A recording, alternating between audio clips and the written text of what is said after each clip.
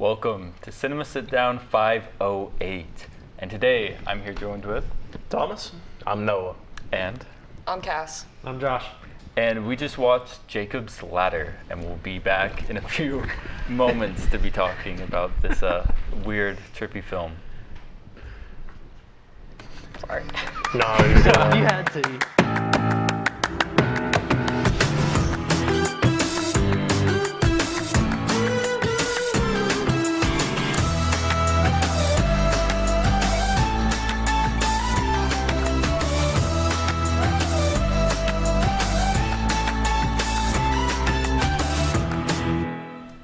And welcome back. So just kind of first thoughts, I'll start with my left, Thomas.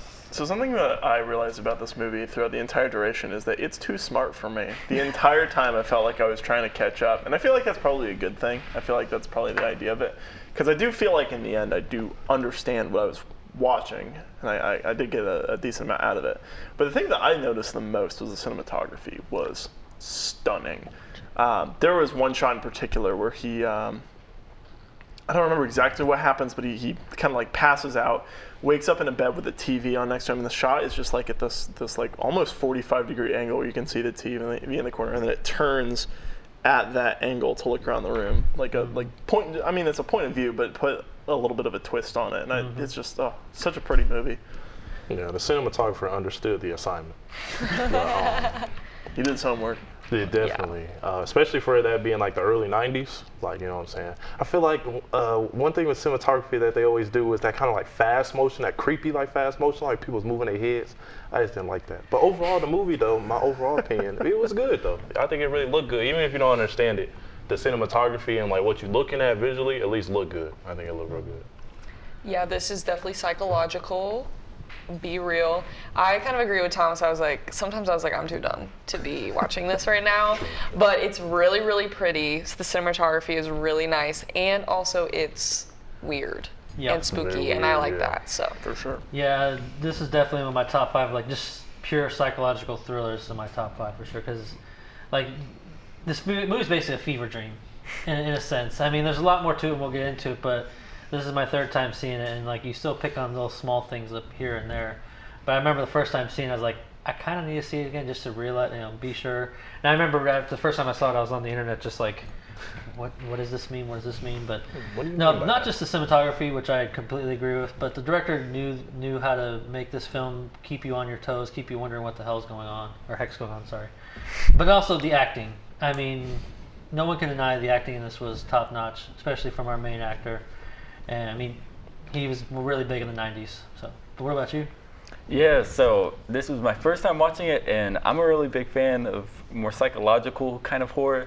And just immediately the cinematography, acting, and all that just blew me out of the water, dude. The main thing I picked up first was just the colors, with the color blue and the color white, and that kind of like death feeling was kind of what first made me start investigating, I guess, what the filmmaker was trying to do with this. And obviously that ends up tying back to the end where the entire thing is about death and, Jacob's eventual death. And we can start kind of talking about how the movie has these stages of hell, heaven, and kind of purgatory. And I have my own kind of thoughts about that as I was watching the movie, but I kind of want to hear interpretations, no right or wrong, just like what you guys were thinking. Yeah. I was gonna say, so what do y'all think Vietnam was like when he was actually in the war and stuff? What do you think that was? So after seeing it and after doing my own research, basically Vietnam was the real world,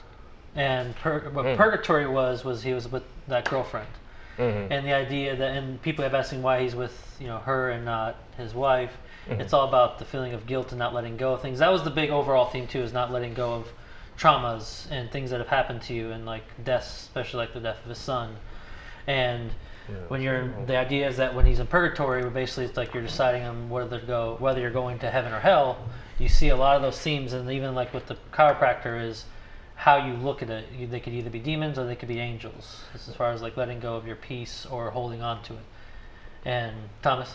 I was going to say something I think is kind of important to explain for the whole explanation of this movie and what makes it tick, I guess, is that the story is kind of told in 3 blocks that are all interspliced together. Yep.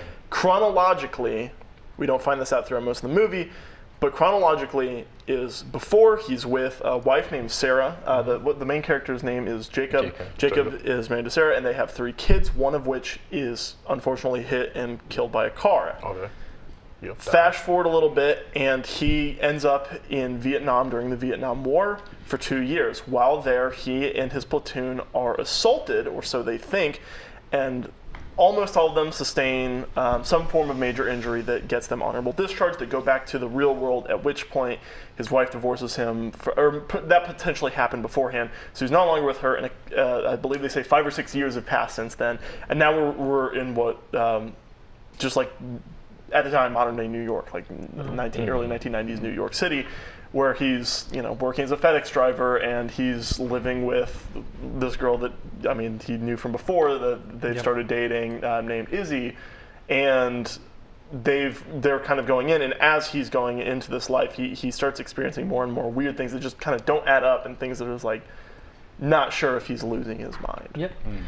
Yeah, and that's kind of where I come up with it is, and as you see him fighting with demons, because if you never notice in the film, he comes across moments of making a decision, whether he lets it go or he keeps investigating and it gets him more down, and being with the demons. Whereas if you noticed, like whenever he saw his chiropractor, whether he goes to see where he lets things go, things become more heavenly. And that's one of the things I like is the symbolism of the chiropractor. Of like chiropractic, you're getting relief from pain, and that's kind of the symbolism there with him as being like more of an angelic figure. And that's one of the reasons I like the ending is when he finally realizes what happened to him, lets things go, and that's when he gets out of purgatory and is going to heaven with his son, where his son is. So that's how I interpret it. What do you guys? And it's also just kind of the message of war movies can be really weird, and this one has a very different, I think, take at it, where it's death is actually this release and this peaceful thing, and really life and this kind of purgatory state, that's the hard part, and it's some people may say, I don't know, nihilistic kind of point of view, but it's I think there's an argument to be made where it's like this guy has just gone through so much stuff that the only way he can find any release from his experiences is through death.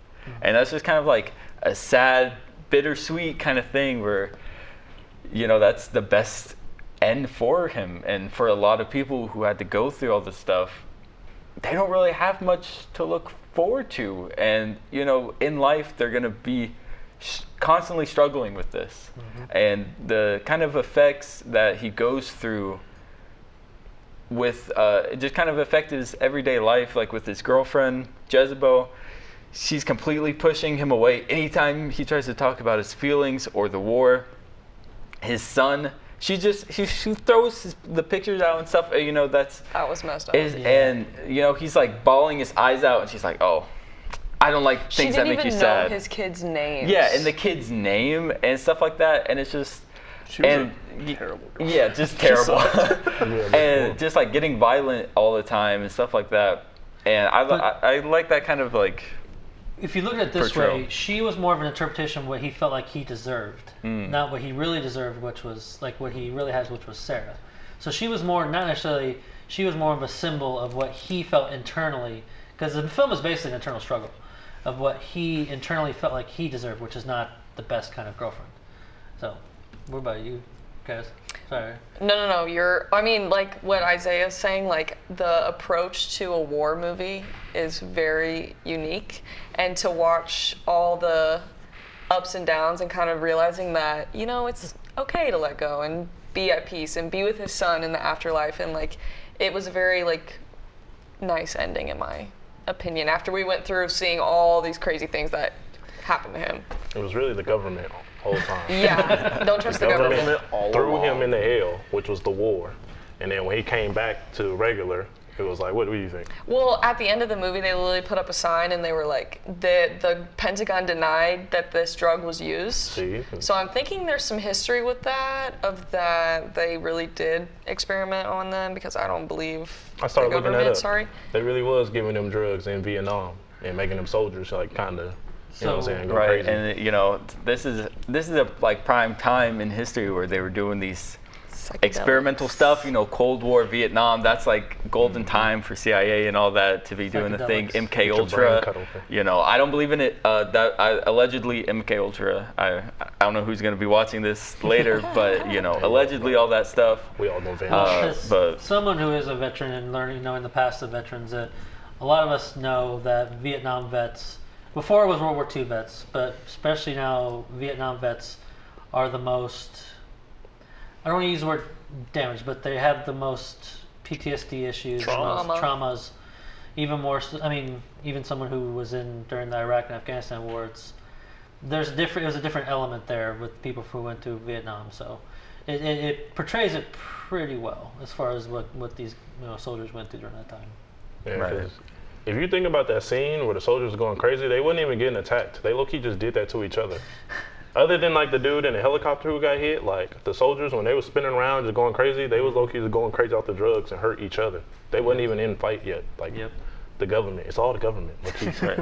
And that just kind of goes back to even like without the drugs and stuff, but just kind of talking about the effects that war has, and we can just kind of And the talk wider about picture. how it kind of portrays war itself as very messy and just kind of violent, and a lot of war movies that come out in certain times where they're trying to kind of be more patriotic, they can kind of glorify it and portray it as the super tactical thing, and maybe nowadays it's probably more tactical and planned out, but still is always going to be messy and just back the then. violence that occurs, and this movie doesn't really try and censor anything. You see all this stuff, and it's not there to just be shock value. It's a reality. It's supposed to be real, like you said, reality. So yeah, and that's one reason I really love the opening scene for that reason, because just like the Saving Private Ryan with its opening scene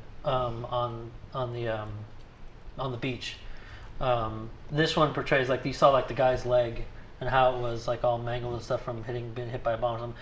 Seeing the reality, like it's not glorifying it, but it's not hiding from the reality of what that was like for a lot of these soldiers. So yeah, it's definitely that's one of the reasons I like this movie. It has a lot of layers to it, because we've talked about the afterlife, we talked about what those things mean, but there's also that PTSD of dealing with what you see in war and how you handle it, like what I mean, with like counselors and stuff like that, and so I think there's a lot of interest and similarity, and maybe I'm just grasping at straws here, but I think it's interesting that towards the end of the movie we find out that it hints that he's been dead for a while, and he doesn't know that. He's coming to terms with the fact that this reality he's been living in for him the last 5-6 years has been some form of afterlife, and nothing that he's done matter.